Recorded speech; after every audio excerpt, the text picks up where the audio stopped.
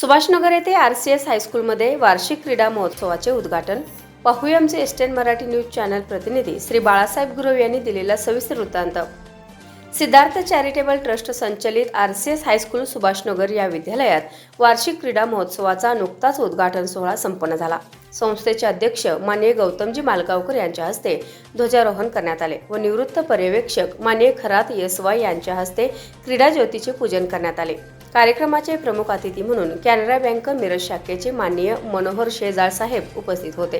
त्यांचा सत्कार संस्थेचे अध्यक्ष गौतमजी मालगावकर यांनी केला. सुरुवातीला क्रीडा महोत्सवात सहभागी झालेल्या खेळाडूंचे संचलन करण्यात आले.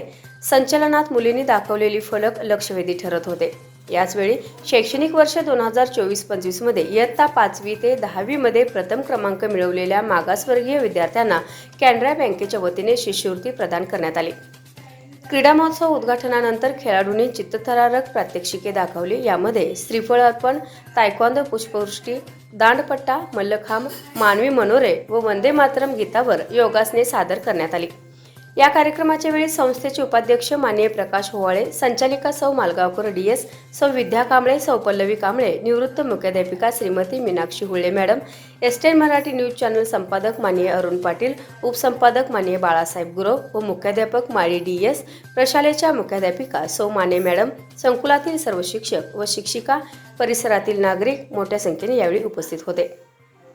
कार्यक्रमाचे नेटके सूत्रसंचालन श्री माळी DS व श्री काटकर केडी यांनी केले.